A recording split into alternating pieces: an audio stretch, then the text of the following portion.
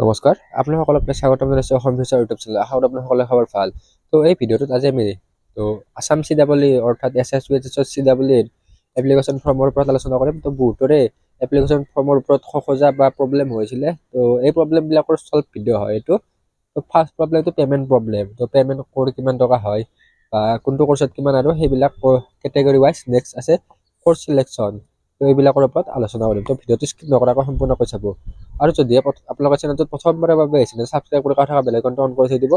তো ইয়াৰে যিটো এপ্লিকেশ্যন ফৰ্ম ফিল আপ তাৰে অলৰেডি ভিডিঅ' দিয়া আছে, আপোনালোকে ভিডিঅ'টো চাই ল'ব পাৰিব।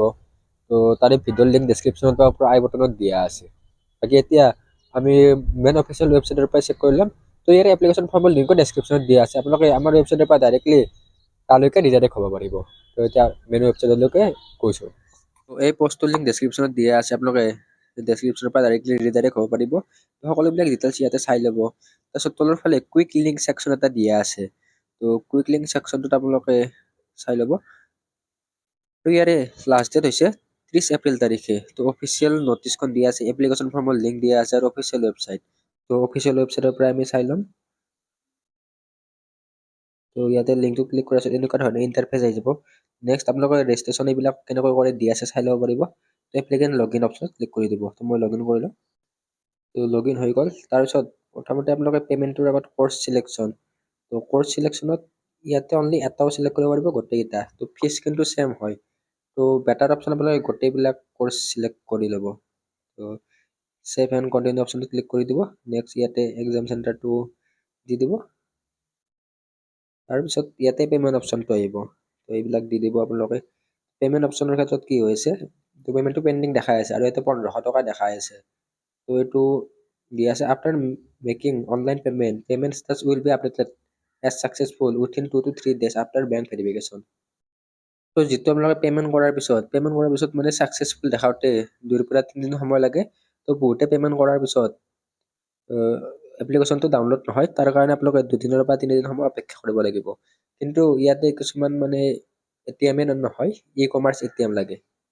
তো পে' নাও অপশ্যনত ক্লিক কৰিব, তেতিয়া নতুন এটা পেজলৈকে ৰিডাইৰেক্ট কৰিব।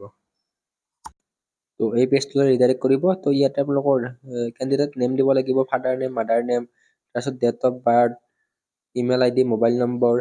Next application number. তো যিটো আপোনালোকৰ এপ্লিকেশ্যন ফৰ্ম আছে তাত নাম্বাৰটো আছে সেইটো বহাব লাগিব। নেক্সট ইয়াতে আপোনালোকৰ কাষ্ট দিব লাগিব। তো কাষ্ট ৱাইজ ইয়াৰে ফিজটো বেলেগ বেলেগ। ছাপ'জ EWSৰ ক্ষেত্ৰত 1200 টকা, OBCৰ ক্ষেত্ৰতো ছেম আছে, কিন্তু জেনেৰেলৰ ক্ষেত্ৰত আপোনালোকে 1500 টকা দিব লাগিব।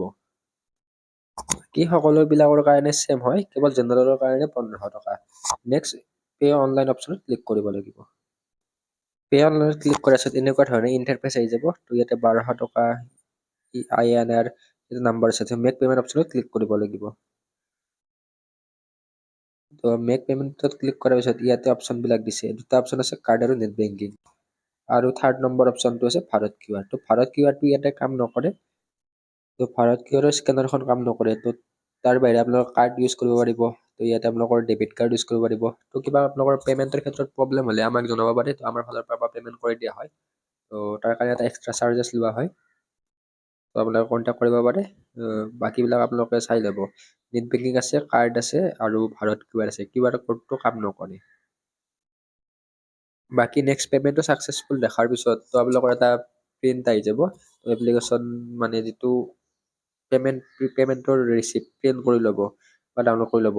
তো সকলোবিলাক হোৱাৰ পিছত ডাউনলোড অপশ্যনটো আছে ন, তো অলপমান টাইম অপেক্ষা কৰিব, প্ৰায় 2 পৰা 3 দিন। তো এইটো বেংকিং টাইমে, কাৰণ ছাপ'জ কেতিয়াবা বেংক বন্ধ থাকিলে তেতিয়া 5 দিন সময় লাগি যাব পাৰে। তো 5 দিনতকৈ বেছি লাগিলে আপোনালোকে SSBHSক কণ্টেক্ট কৰিব। তো SSBHSৰ কণ্টেক্ট নম্বৰ দিয়াই আছে।